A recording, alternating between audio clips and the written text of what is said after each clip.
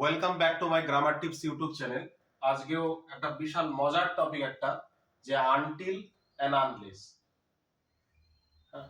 বাক্য লেখার ক্ষেত্রে এবং স্পোকেন ইংলিশের ক্ষেত্রেও কিন্তু এই কনজাংশন গুলো কিন্তু অবশ্যই প্রয়োজন, শব্দগুলো প্রয়োজন। এগুলো কিন্তু সাবঅর্ডিনেটিং কনজাংশন, কমপ্লেক্স সেন্টেন্স তৈরি করতে কিন্তু কাজে লাগে এগুলো। তো এই শব্দগুলোর সঙ্গে কিভাবে বাক্য রিলেট থাকে, কিভাবে বাক্য লিখতে হয় আজকে আমরা দেখব। এবং নতুন নতুন নিজে থেকেও যেন আমরা ভিডিওটি দেখার পরে যেন আমরা সেন্টেন্স মেকিং করতে পারি, আর কোনো যেন অসুবিধা না থাকে আনলেস এবং আনটিল, সেটা আজকে দেখে নেব। এবং প্রয়োজনে স্ক্রিনশট করে নিতে হবে এবং খাতায় নোট ডাউন করে নিতে হবে, তাহলে কিন্তু ভিডিওটি দেখে কিন্তু উপকৃত হওয়া যাবে। চলো দেখা যাক আজকে কি আছে। তাহলে আনটিল মানে কি আছে? আনটিল মানে যতক্ষণ না। যতক্ষণ না, যদি এরকম হয় না যে আমি যতক্ষণ না আমার পড়া মুখস্থ না হচ্ছে আমি পড়েই যাব, হ্যাঁ, এরকম যতক্ষণ না। আনলেস, আনলেস মানে কি? যদি না, যদি না আমি মানে কি বলবো, যদি না কিরকম হয় যে যদি যদি না তুমি কঠোর পরিশ্রম করো তাহলে কি ফলটা খারাপ হয়ে যাবে, তুমি ভালো রেজাল্ট করতে পারবে না। হ্যাঁ, তাহলে কি হলো?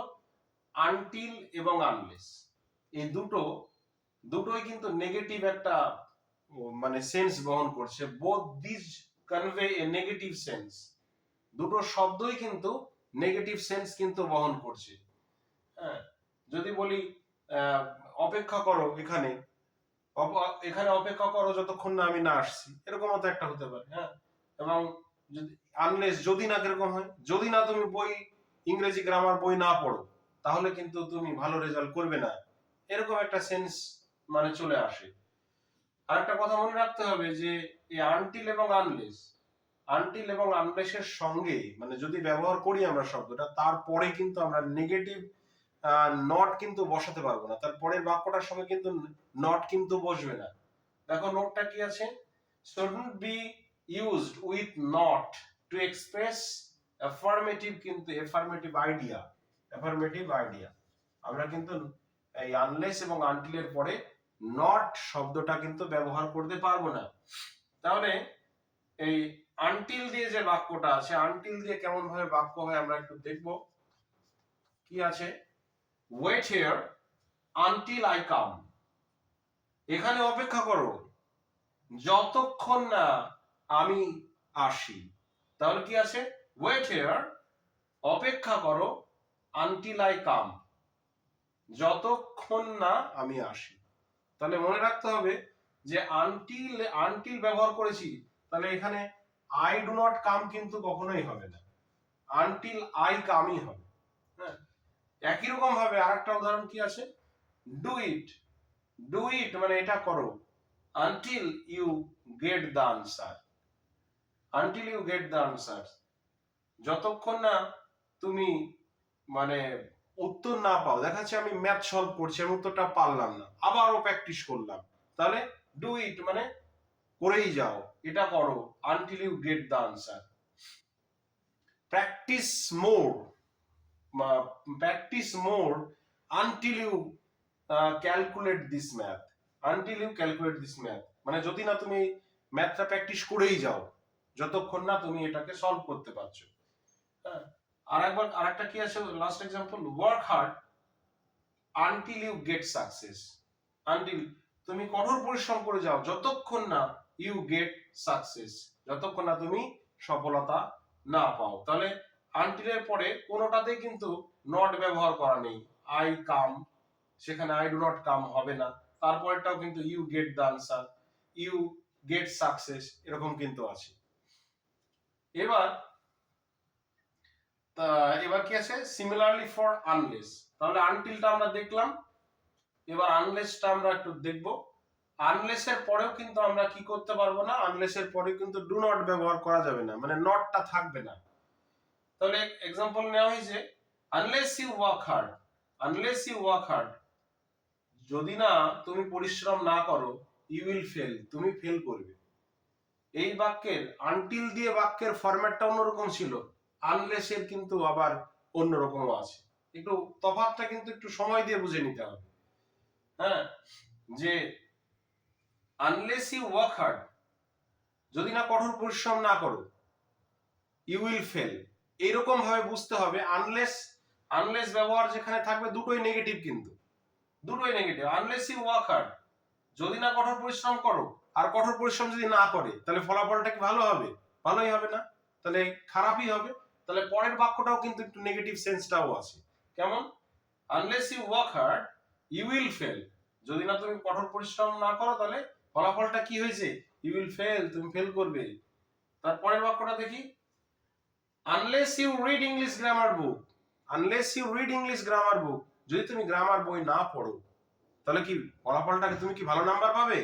বাক্যই তো তৈরি করতে পারবে না, কোনো গ্রামারের কোনো কিছুই তো পারবে না, রাইটিংই তো লিখতে পারবে না, তাহলে নাম্বারটা খারাপ হয়ে যাবে।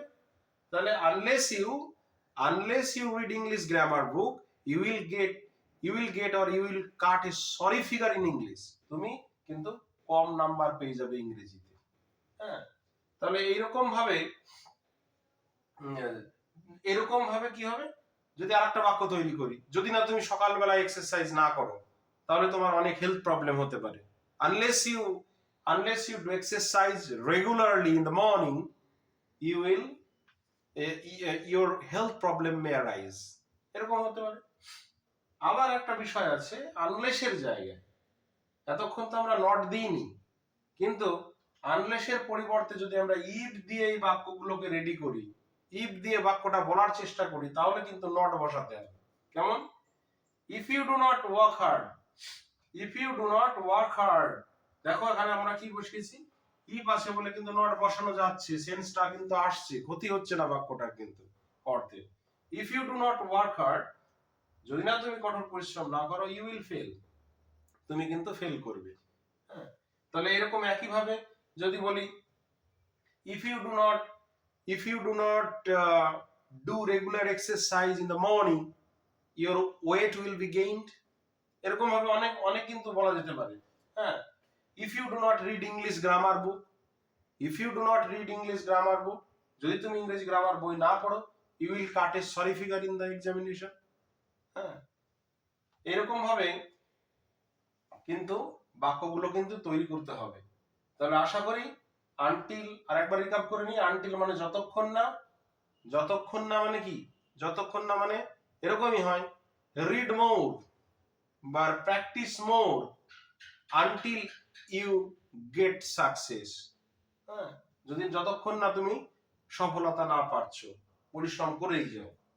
আবার একইভাবে আনলেস যদি আমরা ব্যবহার করছি, আনলেস দিয়ে যদি ব্যবহার করছি, তাহলে কি বলবো? Unless you work hard, unless you work hard, এই ক্ষেত্রে কি আছে? যদি না।